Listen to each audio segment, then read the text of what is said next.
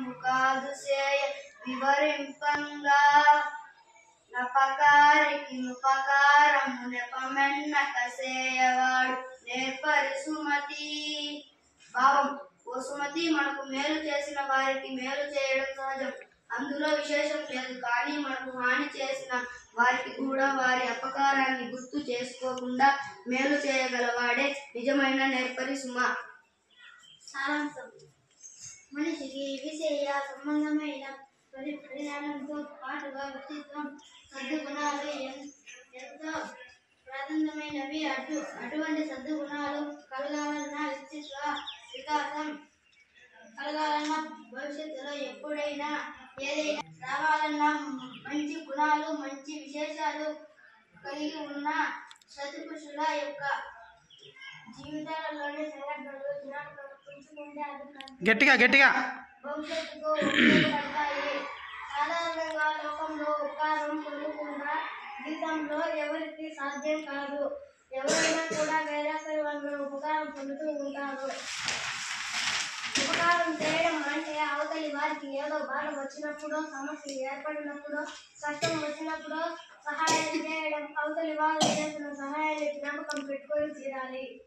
మనం చేసే సహాయం ఎప్పటికైనా సందర్భానికి అనుగుణంగా ఉండాలి. ఎవరికైతే సహాయం అవసరమో అప్పుడు చేయగలిగిన సేవ నిజమైన సేవ. ఒక్కొక్కసారి జీవితంలో కావాలంటే కొంతమంది మనకు అపకారం చేసిన వాళ్ళు ఉంటారు. అపకారం అంటే మనకి కష్టాన్ని కలిగించడం. అపకారం చేసిన వారు అని తెలిసినప్పటికీ ఆయన కష్టంలో ఉన్నప్పుడు ఎవరు ఉపకారం చేయడానికి పరిగెత్తుకుంటూ వెళ్తారో వారు గొప్పవాడు. ఎందుకంటే క్షమించగలిగాడు కాబట్టి. క్షమించడం భగవంతుని యొక్క లక్షణం, క్షమించడం పెద్దల లక్షణం. ఆ క్షమించగలిగిన గుణం ఎక్కడ ఉంటుందో అటువంటి వారి అపకారం చేసిన వాళ్ళకు కూడా ఉపకారం చేయగలుగుతారు. గోదావరి జిల్లాలో గన్నవరం అనే ఒక గ్రామం ఉండేది. అక్కడ డొక్కా సీతమ్మ గారు అనే ఒక మహాసాధ్వి ఉండేది. ఆవిడ నిత్య అన్నదాత, అందరికీ అన్నం పెట్టేవారు. ఎవరు ఆకలితో ఉండి వచ్చినప్పటికీ ఆవిడ కడుపు నిండా పెట్టకుండా పంపేవారు కాదు. అటువంటి సీతమ్మ గారి ఇంటికి ఒకప్పుడు వరహాల శెట్టి అనే ఒక వ్యక్తి వచ్చాడు. ఆయన ముంబై నగరంలో ఐశ్వర్యవంతుడైన ధనగుప్తుని కుమారుడు. ఇతను లేక పుట్టాడేనో చాలా గారాబంగా పెరిగాడు. ఈ వరహాల శెట్టికి అనేక దుర్వ్యసనాలు అలవాటు అయ్యాయి. తండ్రిని దుర్వ్యసనాలు అలవాటు అయ్యాయి. తండ్రిని బలవంతం చేసి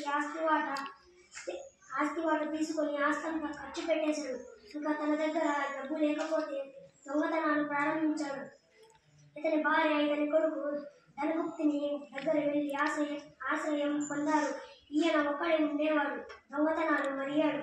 ఉద్దేశంగా తిరిగేవాడు. ఇతని ఒకనాడు రక్షక భటులు పట్టుకొని ఆరంగంలో పెట్టారు. ఈయన బయటకు వచ్చి దొంగతనాలు మొదలుపెట్టాడు.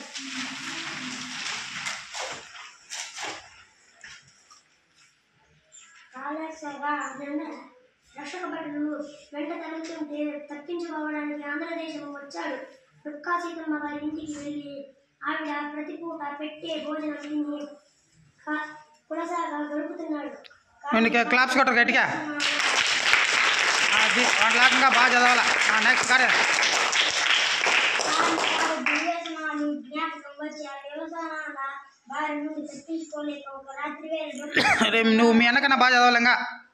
పట్టు చీర దొంగతనం పట్టుకొని వెళ్ళబోగా అక్కడ వాళ్ళు పట్టుకొని స్తంభాన్ని కట్టివేశారు. అప్పుడు డొక్కా సీతమ్మ గారు చూసి అతడి కొట్లు విప్పి తీసుకుని వెళ్ళి, నాన్న, మీ అమ్మ ఎంత బాధపడుతుందో కదా, ఎందుకు చేస్తున్నావు ఇటువంటి పనులు అని ఒంటికి నూనె రాసి తల స్నానం చేయించి భర్త గారిని పిలిచి పట్టు పంచి ఇచ్చి భోజనం పెట్టి కొంత డబ్బు చేతికిచ్చి, నాయన ఇంకెప్పుడు ఇట్లాంటి పనులు చేయకు, జీవితంలో వృద్ధిలోకి రా అని కన్న తల్లి చెప్పినట్టు చెప్పింది. ఆ మాటలు విన్న వరహాల శెట్టి ఒక్కసారి ఏడ్చాడు.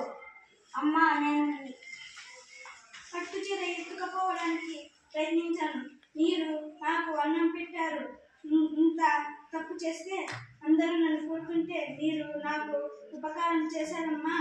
ఇంకా నేను నా జీవితంలో ఎప్పుడు తప్పు చేయనని బొంబాయి వెళ్ళి కొంత డబ్బుతో వ్యాపారం ప్రారంభించి నిజాయితీతో పట్టుదలతో క్రమశిక్షణతో జీవితంలో గొప్ప ధనవంతుడయ్యాడు. ప్రతిరోజు డొక్క సీతమ్మ గారి చిత్రపటానికి నమస్కరించేవాడు. మనం ఉపకారం చేసిన వాళ్ళని గుర్తుపెట్టుకోవాలి, వాళ్లకు తిరిగి ఉపకారం చేయాలి. అపకారం చేసిన క్షమించి అవసరమైనప్పుడు వాళ్లకు ఉపకారం చేయడం నేర్చుకుంటే వాళ్ళను మహానుభావులుగా కీర్తించబడతారు. అందరూ క్లాస్ కొట్టండి వాళ్ళకి. నెక్స్ట్ మీరు చదివినారు కదా, నెక్స్ట్ గ్రూప్ చదువుతుంది. ఏ గ్రూప్కి అయితే ఎక్కువ లైక్లు వస్తాయో వాళ్ళే గెలిచినట్లు. వీళ్ళందరూ కూడా మన పేరెంట్స్ అందరూ ఈ గ్రూప్లో ఉంటారు, వీళ్ళందరూ కూడా చూస్తారు. మీది ఫస్ట్ గ్రూపు. మీ గ్రూప్ పేరు ఏం పేరు? నానవే గ్రూపు. ఈ గ్రూపు నెక్స్ట్ గ్రూపు మళ్ళీ పెడతాం వీడియో. వాళ్ళు ఎవరైతే ఎక్కువ ఏ గ్రూప్కి అయితే ఎక్కువ లైక్లు వస్తాయో వాళ్ళు గెలిచినట్లు అనమాట. అర్థమైందా? ఆ గ్రూప్లో ఉన్నటువంటి తల్లిదండ్రులకి అందరికీ విజ్ఞప్తి, మీరు ఈ వీడియో కన్నా చూసినట్లయితే ఏ గ్రూపు బాగా చదివిందంటే దానికి మీరు ఇచ్చే లైక్లు బట్టి వాళ్ళు గెలిచినట్లు వాళ్ళకి మంచి బహుమతి అనేటువంటిది ఇస్తాం. Thank you.